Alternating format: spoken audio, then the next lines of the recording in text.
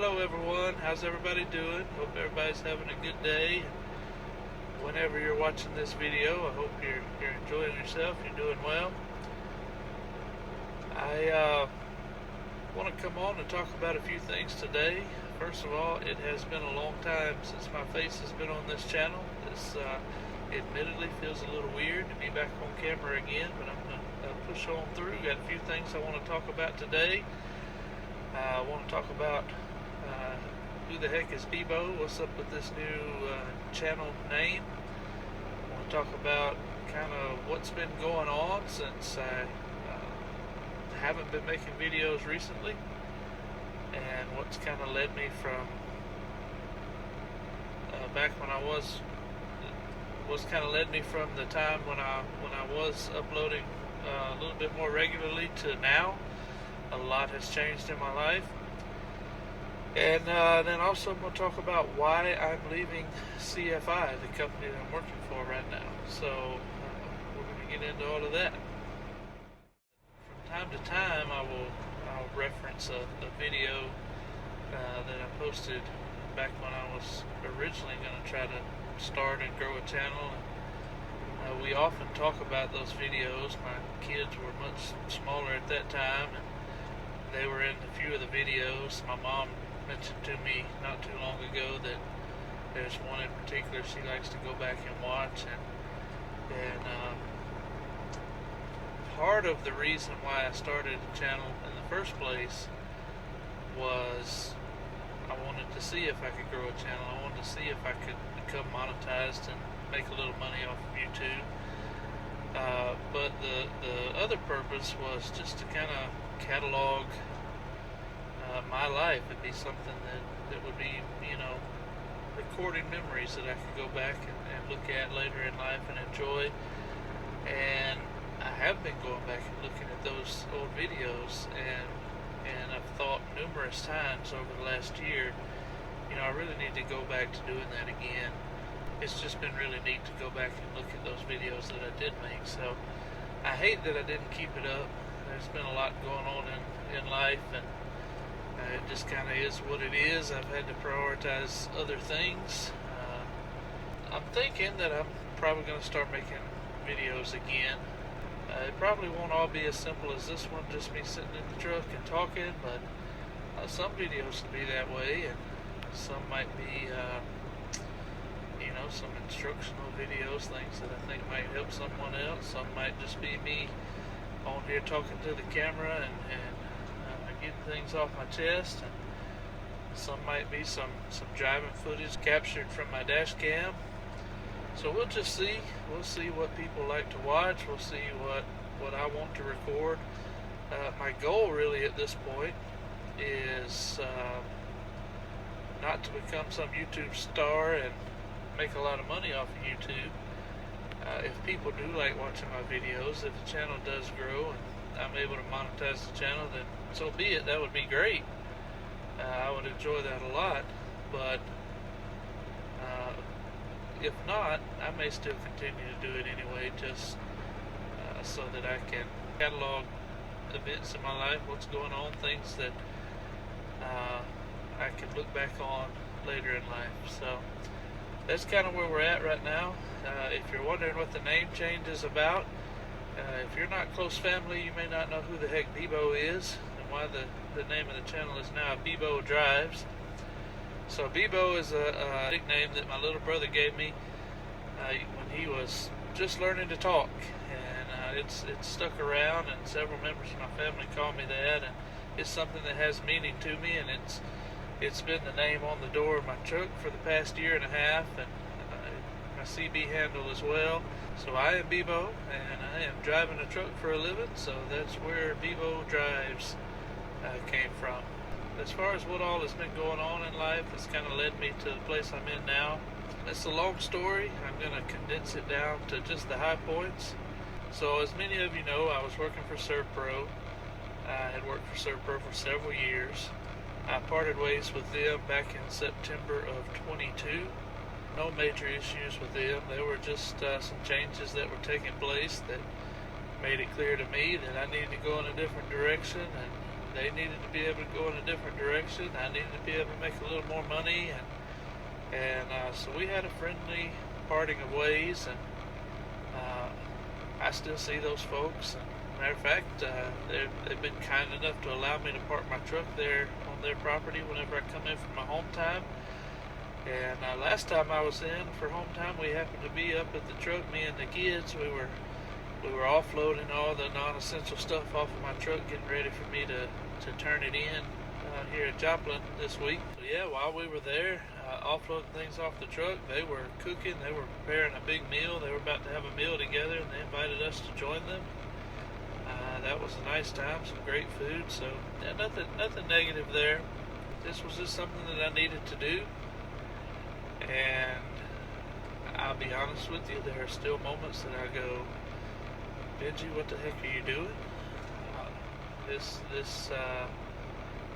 period of my life, this transition back into driving a truck, and I say back into driving a truck, I've had my CDL for 15 years now, but the driving that I did before was all local stuff.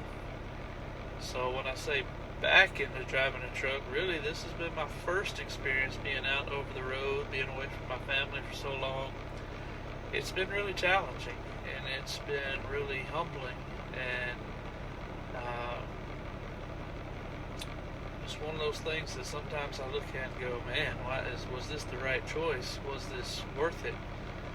And I believe that in the end it's going to be worth it, and the main reason I believe that, and I'm confident in that, is the fact that I saw God's hand in so much of what transpired in getting me here to CFI. And that's a story for another video, because I could get into a lot of detail about that. But I've just seen Him bless in so many different ways. Still, it has been a challenge, and it has been something I think I've needed to go through in this last year and a half. Like I said, it's been really humbling. It's adjusted my attitude for sure. But at the same time, I find myself being a little bit more positive. I find myself being a little less critical of others. It's, again, just something that I've needed to go through. I also really enjoy driving a truck. It's something that I'm really good at. It's something that I love doing. I've talked to other drivers before that are like, we've talked about like watching trucking channels here on YouTube, or even like playing games like American Truck Simulator and things like that I enjoy.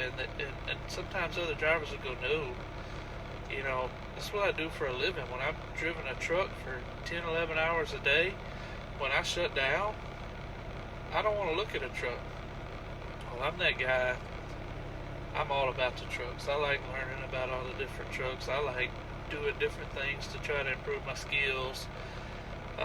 When I'm not driving, a lot of times I'm watching other trucking YouTube channels, or I do like playing games, driving trucks, things like that. So it's just a field that I really enjoy a lot.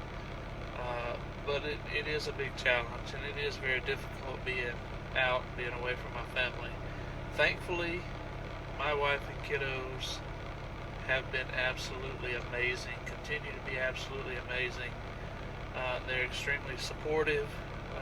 It has not been easy at all, but we've adjusted, and I think we've adjusted pretty well. I've been incredibly proud of my wife and how she has stepped up and taken on things at home that before I did this had been my role, and so we've had to move some things around and adjust some responsibilities, and that part of it has gone really well, and that's truly a blessing.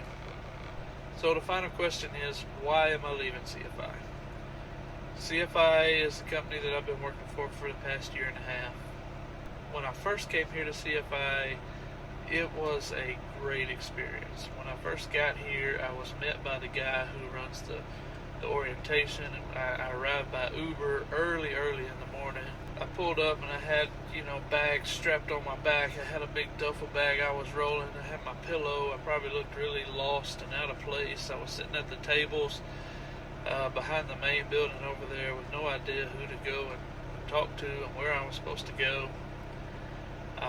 Because I had not had any over-the-road experience, they basically treated me like I had just gotten my CDL, like I was brand new, or almost like I was working towards my CDL, because they actually put me through their training program at Crowder College. So it's kind of odd going out there like I had my permit and I was actually obtaining my CDL to go through the whole training program. But CFI paid for all of that. It was a great program, really great instructors, met some good people out there who I really, even now, continue to look up to. Great experience there. And in return for them basically giving me my restart in a truck and paying for all of that, my portion of the agreement was to agree to work with them for 1 year.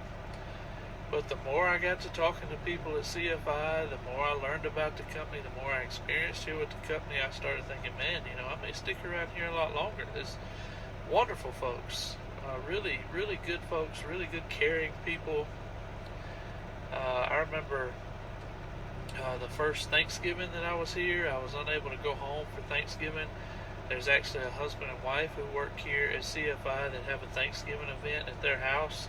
So basically any drivers that are stuck here in Joplin at the terminal for Thanksgiving, they don't have to sit here at the terminal. They come out to their house and they feed them. I went out to that. It was really great. Met some more really great folks out there. Like, that's just the kind of folks that are here. And it was really awesome. And I like I said, I thought, there was a part of me in the beginning that thought, okay, CFI is willing to do this for me. My agreement is I work for them for a year. That seems fair. I'll put in my year, then I'll go find somewhere else. But like I said, as I got to know more, I thought, man, this may be somewhere to stick around.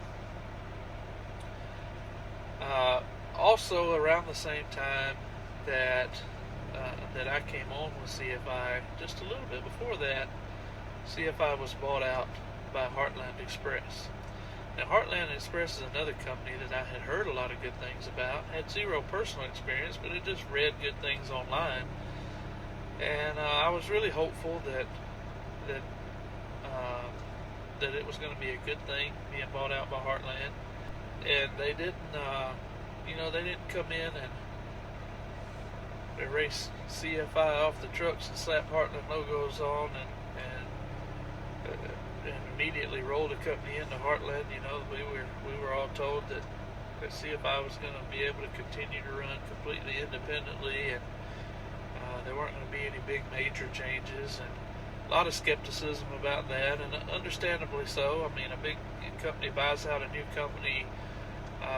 No reasonable person really expects that they're just not going to make any major changes and that everything's just going to be the same old, same old. Obviously, they're going to start looking at the finances, they're going to start looking at the practices, and they're going to want to make changes to align the company they just purchased with their business model more.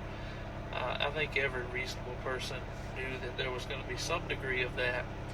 I think the hope was that the changes that were made were positive changes, and it didn't really erode the culture here at CFI.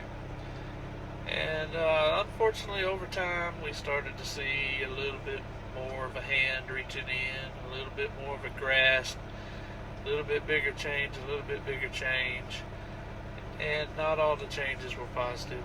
I think that the culture of what CFI used to be, and even what it was just a year and a half ago, just that short time ago, to what it is right now is very different. And when I talk to drivers who have been here for a long time, it sounds like that it's a lot different now than it was then. And not all those changes were positive, and I have seen some signs of the culture here eroding. One of the more frustrating changes that they've made have been cuts to our support staff. The shop here in Joplin used to be open 24 hours. We could come in off the road, and if we needed work done to the truck, we come in the evening time, check the truck into the shop, go get some sleep, whatever we need to do some laundry, get a shower, and come back, the truck would be ready, and we would roll back out the next morning. And it didn't matter if that was a weekend or a weekday, and that was really nice because trucking is not a banker's hours job, right? We need 24-hour support staff. And so one of the first big changes that they made was to cut our shop hours way back. And that's been really unfortunate because a lot of times now when you need work done to the truck, you have to have that work done during times that you really need to be driving, you really need to be working. And you can't because it's the only time you can go to the shop and get work done. So I think that was a really ill-advised decision. They've also been making a lot of changes, changing the requirements, cutting back on the staff as far as operations staff. And I have seen our folks in operations go from some of the friendliest, most helpful people to almost, it's like their spirits have just been broken. Now when you call in, a lot of times they still want to help. They're still helpful people, but you can just tell that they are overworked, they're underappreciated, they're tired. Sometimes they're cranky. You kind of rushed off the phone because now each person's trying to do the work of 2, 3, 4 people. It's crazy. We very often get these messages that come across our tablets. They're like, don't call. The phones are backed up. We don't have time for your phone call. Send messages in. We'll get to them as fast as we can. Like they're just overrun, and that has affected their ability to support us, and that's really unfortunate as well. That all being stated, I don't think that the changes that Heartland has made is the biggest problem that CFI faces. Certainly there are some significant concerns there, but that's not the biggest problem. The biggest problem is simple. Why are we all out here doing this?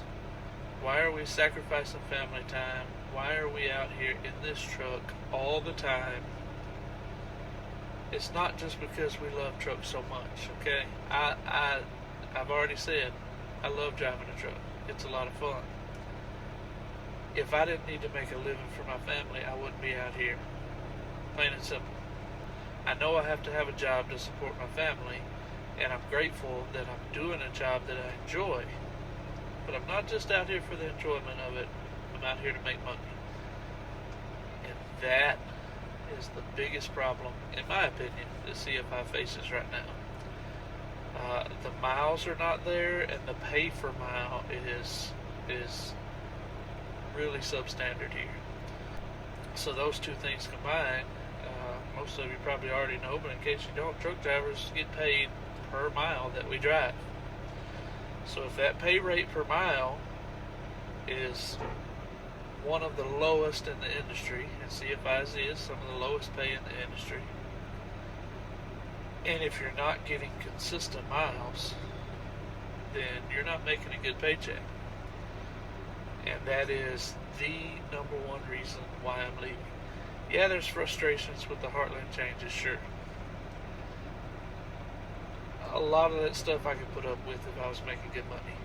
I'm not making good money here. Matter of fact, I'm barely paying my bills, and some weeks I can't pay my bills. There have been weeks that I've had to reach out to my landlord and work out an agreement with her to pay half and half. I shouldn't be having that problem out here. That's the big issue, and that's the main reason why I'm leaving. I do a lot of talking with other truck drivers, talking about the companies that they work for, what they do like, what they don't like. Sometimes they'll ask me things about my company.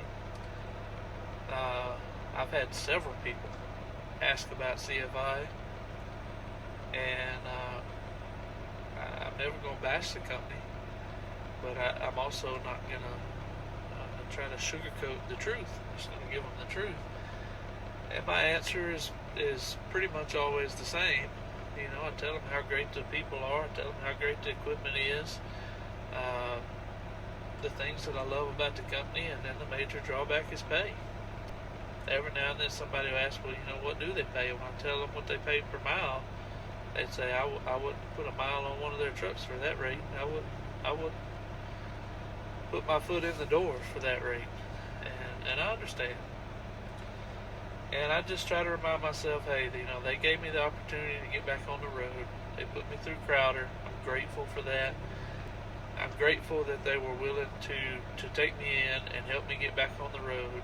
I was happy to honor my part of the agreement, which was to work for them for a year. And it's been going on a year and a half now. So I'm out of contract with them. And it's time to move on. If I were making good money, would I go anywhere? Probably not. Probably not. But the money's just not there, and we're just barely floating by right now financially. If I had to summarize my experience with CFI, or maybe it's better to say my current opinion of CFI, in just a few statements, it would be this: fantastic people, for the most part. Okay, there's going to be a few knuckleheads everywhere you go, but for the most part, fantastic people. Great trucks, really nice trucks, really nice equipment. They've made some changes to the newer trucks that a lot of people haven't been happy with, but look, compared to some of the other trucks I've seen, some other companies, some other specs that I've seen for company trucks, these are really great trucks, and they're newer trucks. You're not having a lot of breakdown issues, things like that. So fantastic people, great trucks. I'm gonna say mediocre trailers. They've got some really old trailers. They got some really rickety trailers. I will say they do a really good job of trying to keep up with the maintenance on the trailers, but they're definitely not up to the same standards that the trucks are. They're old, they're worn out, but they still get the job done, and they try to keep the maintenance up on them. The trailers are not a huge issue, but I definitely can't say that they're great. And then finally, unsustainable pay, and that's just the big negative. The pay is just not there. The company that I'm going to, and I'm not going to name them quite yet. I'll reveal who that is in a future video. I'm actually starting orientation at that company on Wednesday the 21st. So as I'm filming this, it's just 3 days away, and I'll reveal who that is once I'm there. I'll probably wait until I don't know. I may do some videos on how orientation goes there, so I may reveal it then, or I may wait until I'm assigned a truck and do a truck tour video. But one way or the other, I'll reveal who that is once I get there. But the company that I'm going to, as a starting pay, I will be receiving a 13-cent per mile pay increase. Lots of different opportunities within that company to make more than that. But as an absolute minimum, starting base pay, 13 cents per mile more than I'm making now. Also, I was talking with one of their drivers, and since the bulk of my experience driving a truck has not been OTR, and CFI has been my first OTR job, I just assumed that the system that CFI has in place, what they call the board, or going on the board, which is basically just a system where you get your next load, right? So you go and you deliver a load, and once you deliver your load, if you don't have your next load already pre-planned, which 98% of the time you don't, then you do what's called going on the board, which is basically just a waiting list.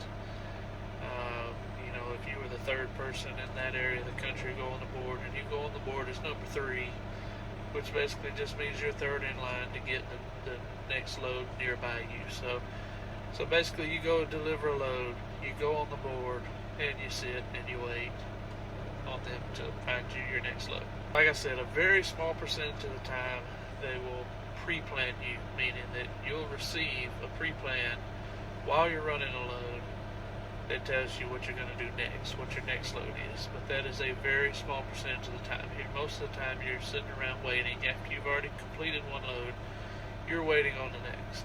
Now, how long you wait can vary. I have sat and waited 4 days on a load before.